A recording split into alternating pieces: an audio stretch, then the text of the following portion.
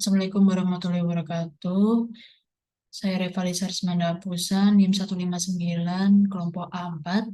Di sini saya ingin mempresentasikan tentang struktur dan neurofascularisasi esofagus dan gester. Gambar sebelah kiri adalah esofagus dan gambar sebelah kanan adalah gester atau lambung. Dari esofagus adalah kerongkongan makanan yang sudah melalui proses pencernaan di dalam mulut, selanjutnya akan melewati tahap berikutnya yaitu proses menuju lambung. Tetapi sebelum menuju lambung, makan makanan harus melewati kerongkongan terlebih dahulu. Kerongkongan merupakan saluran panjang dan tipis sebagai jalan makanan yang telah dikunyah dari mulut ke lambung. Esofagus memiliki struktur yang sama dengan organ pencernaan lainnya seperti usus dan lambung. Struktur esofagus disusun oleh 4 dinding berikut dari luar ke dalam, yaitu ada lapisan serosa, lapisan otot, dan lapisan submukosa, lapisan mukosa. Dari lapisan serosa merupakan lapisan terluar yang terdiri atas pembuluh darah, limfe, dan saraf. Lapisan serosa pada esofagus berupa jaringan ikat. Lapisan serosa memiliki rongga-rongga kecil tempat keluarnya cairan serosa yang berfungsi sebagai pelunas gerakan otot.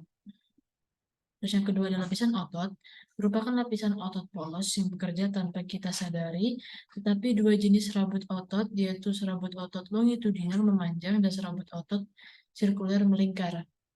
Kombinasi dari kontraksi kedua jenis otot ini akan menghasilkan gerakan peristaltik khusus yang berfungsi untuk memecah makanan serta membawanya ke organ pencernaan selanjutnya. Lalu yang ketiga adalah lapisan submukosa, berupa lapisan jaringan ikat longgar yang berisi pembuluh darah, limfe, saraf, dan kelenjar lendir. Pembuluh darah di lapisan submukosa esofagus memegang peranan penting dalam mengedarkan makanan yang diserap. Lapisan mukosa dan yang keempat adalah lapisan mukosa. Lapisan mukosa disusun oleh sel epitel berlapis gepeng bertingkat dan jaringan ikat tipis. Lapisan mukosa memiliki sel goblet yang dapat menghasilkan lendir. Dalam keadaan normal, esofagus tidak tahan terhadap asam lambung yang bersifat asam sehingga akan terasa seperti nyeri atau seperti terbakar saat terjadi kelainan naiknya asam lambung ke mukosa esofagus. Lalu ada gester.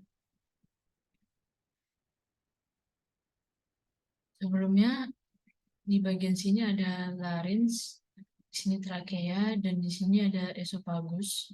Dan paling sini ada stomach dan di sini diafragmanya yang dua ini.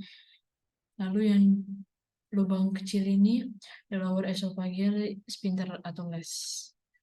Dan lebih detail lagi, dan ini ada di titik kuning itu ada acid reflux, sorothorax, dan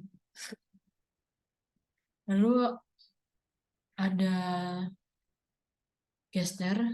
Di bagian sini ada esofagus dan sebagian nerve fundus dan sini kardia. Dan di sini ada pylorus dan sini ada badan lambung dan di sini duodenum. Autonomi gester terbagi menjadi 5 bagian, diantaranya ada kardia,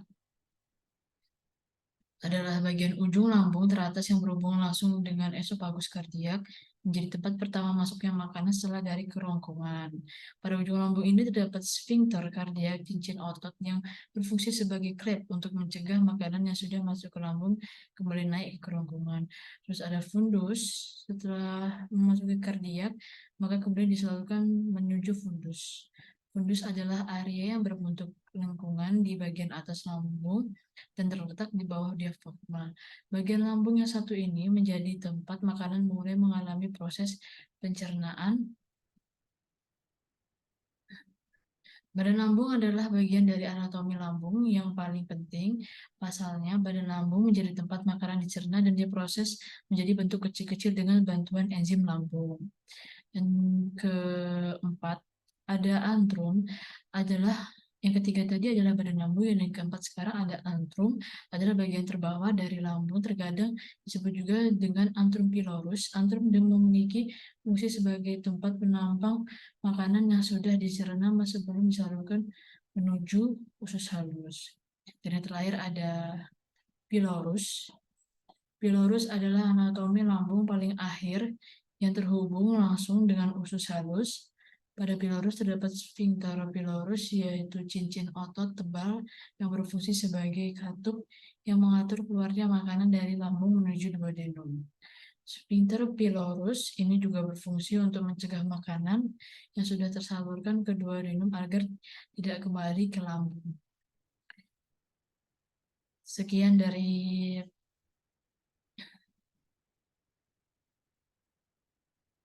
selanjutnya ada neurovascularisasi.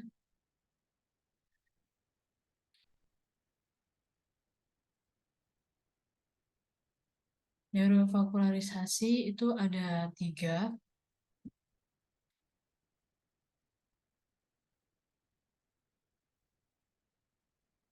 yaitu ada arteri, vena, dan inervasi. Arteri ada tiga, yaitu arteri rectus superior cabang, arteri mesenteric inferior, dan arteri yang kedua ada rectalis media cabang, dan arteri iliaca interna. Dan ketiga ada arteri rectalis inferior cabang, arteri iliaca interna. Dan yang kedua ada vena, yaitu vena rectalis superior bersama dengan ber, berdarah stonesis dengan vena rectalis media et inferior, vena porta hepatis. Dan yang terakhir ada inferior, yaitu simpatis dan parasimpatis. Dan simpatis itu ada nukleus nucleus spongiopumbalis, dan parasimpatis ada nukleus spongiopelvinis. Sekian presentasi dari saya. Maaf apabila ada salah kata. Wassalamualaikum warahmatullahi wabarakatuh.